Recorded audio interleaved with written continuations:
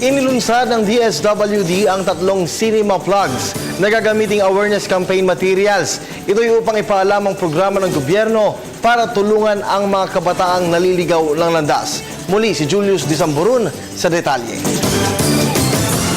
Deserve a Second Chance. Ito ang siyang sentro ng kampanya ng Department of Social Welfare and Development hinggil sa mga batang nagkasala sa batas at sila'y akayin tungo sa tuwid na landas. Nitong weekend ay inilunsad ng DSWD ang tatlong cinema ABP plugs. Ang mga ito ay gagamitin din sa ilang mall di lamang sa Metro Manila kundi pati sa Cagayan de Oro, Cebu City at Davao City sa loob ng 1,000 Metro Manila Film Festival. Ayon kay Social Welfare Secretary Dinky Soliman, magsisilbing daan ang Road to Diversion Children in Conflict plugs upang maging aware ang publiko sa ginagawang hakbang ng pamahalaan upang maituwid ang baluktot na pamumuhay ng mga batang may sala. Dahil sila hindi gagawa ng masama kung sila ay hindi naturuan, kung walang matinding pangangailangan na sa tingin nila ay ang pinaka mabuting paraan para matugunan ang pangangailangan tulad ng gutom ay gumawa ng hindi tama, magnakaw. At pangatlo, marami naman ang talagang binibiktima ng sindikato.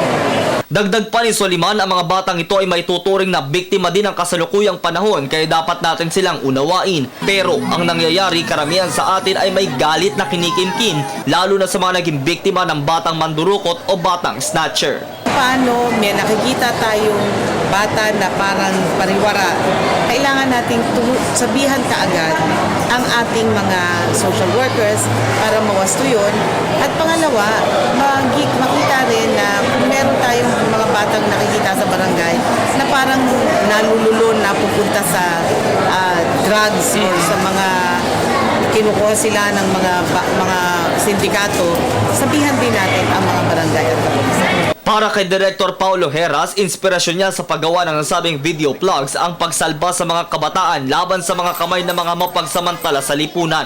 Ang mga musmos dapat na inaarugat pinag-aaral, hindi pinagpapalimos at pinapabayaan. Ang RA Republic Act 9344 hindi naman talaga para sa magulang nila. Ito ay tungkol talaga sa bata, na ang bata ay isa pa ring bata lamang sa isip, salita at sa gawa. Kaya kahit kung sila ay gawa ng krimen dahil sa kanilang kinalakihan, kung yun ay magulang o kung sila ay nasa ay may maling impluensya o masamang impluensya, yun lang naman yung dalawang mas dapat pagtuunan ng